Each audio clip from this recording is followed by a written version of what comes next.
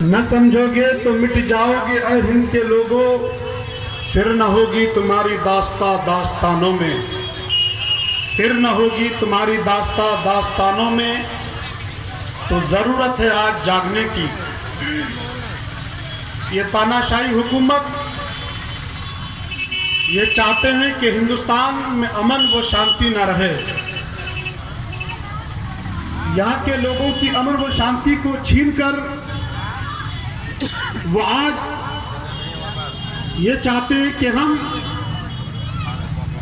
तानाशाही के बलबूते पर यहाँ के लोगों को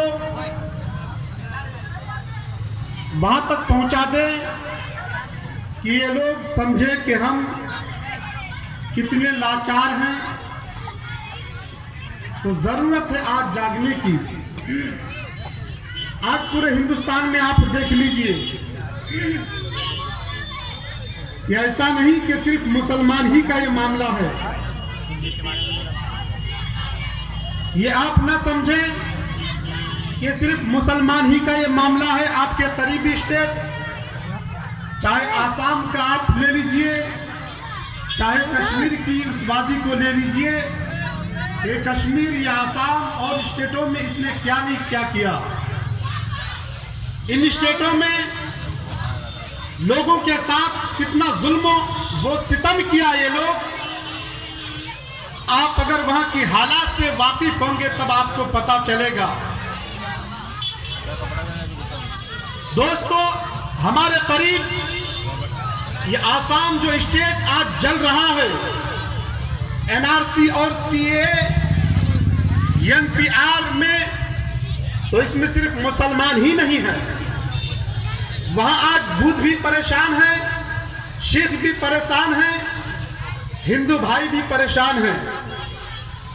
सब मजहब के लोग वहां परेशान हैं। ऐसा नहीं कि सिर्फ मुसलमान उस आग में जल रहा है।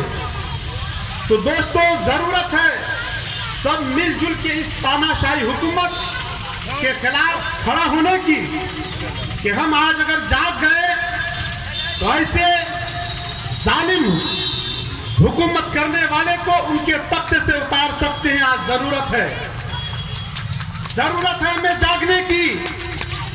इसलिए कि जब इस भारत के सरजमीन पर ये अंग्रेज जब आए थे तो ये सब धर्म वाले, मजहब इस्लाम के मानने वाले हिंदू भाई, सिख, ईसाई सब मिलकर जब आगे बढ़े थे तो ये अंग्रेजों ने क्या किया था? अपनी बंदूक की गोली इनके छातियों पर उतारा था। लोगों ने पूछा था, इस हिंदुस्तान के लोगों ने, कि भाई ये क्या हो रहा है? दोस्तों, तो उस वक्त अंग्रेज ये कह रहे थे, जो अपनी भारत के लिए लोग अपने कदम को आगे बढ़ाए, तो ये अंग्रेज कह रहे थे कि आतंकवाद है।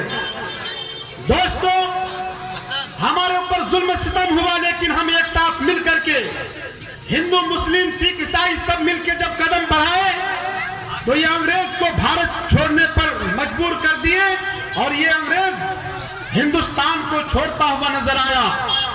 लेकिन इन्हीं की औलाद आज इस तख्त पर बैठ करके लोगों के साथ जब जुल्म करना शुरू किया, अमन व शांति वाले देश में, जिस भारत को सोने की चिड़िया कहा गया था, उस भारत को उजाड़ने के लिए ये वक्त के तानाशाह हुकूमत, ये अमित शाह, ये नरेंद्र मोदी ने सोचा कि चलो भारत के अंदर पूरे भारत को इसने खोखला कर दिया।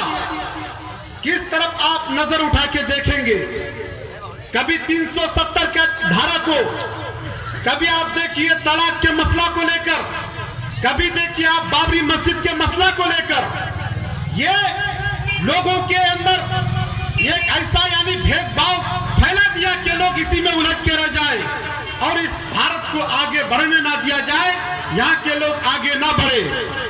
दोस्तों, जब अमित शाह और नरेंद्र मोदी ने कहा इस 3 तलाक के मुद्दे पर कि हम अपने बहनों के साथ हैं, आज जब उनके जीजाजी, उनकी बहनवी की बारी आई तो आज कह रहा है कि इनको भारत से निकालने की जरूरत है। सुन ले अमित शाह और नरेंद्र मोदी।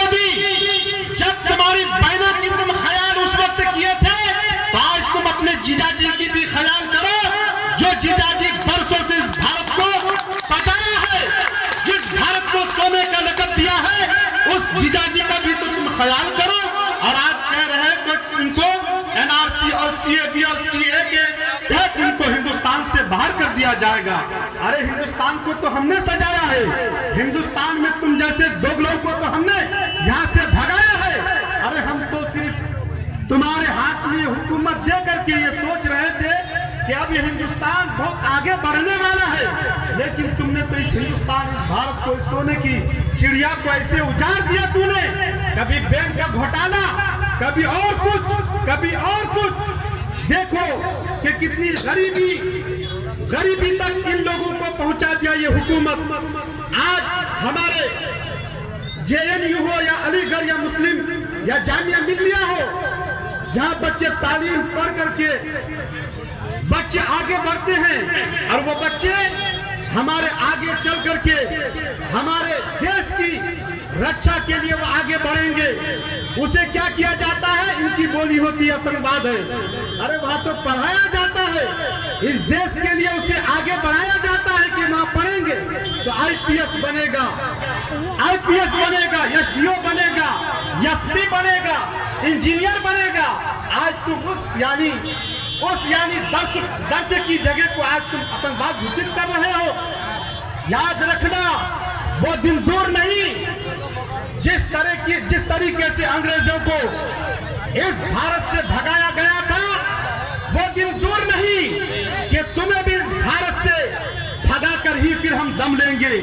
इसलिए कि इस भारत को सजाने के लिए जब जरूरत पड़ी थी तो हम अपने कदम को बढ़ाया था, तो दिल्ली से लेकर पेशावर तक हमारी गर्दनें थी। किस लिए?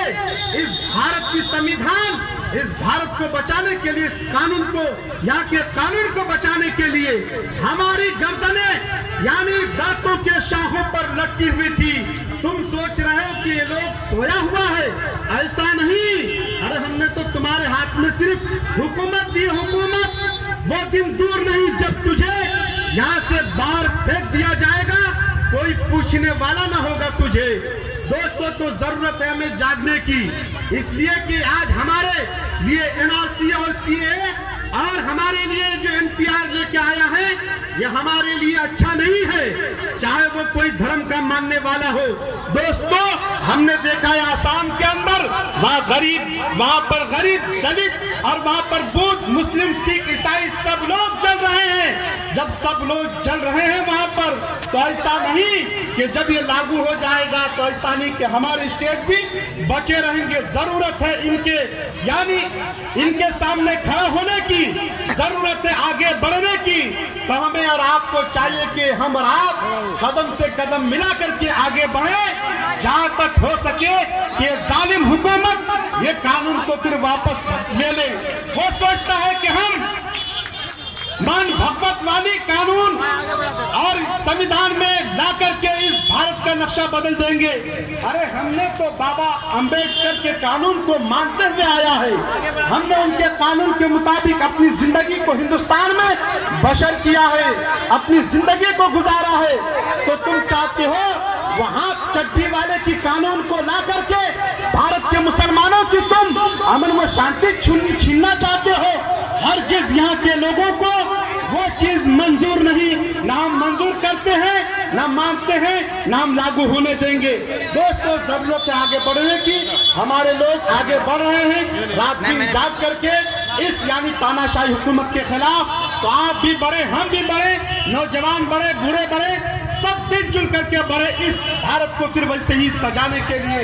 दोस्तों, बहुत बहुत शुक्रिया यहाँ पर आप लोगों को आने का।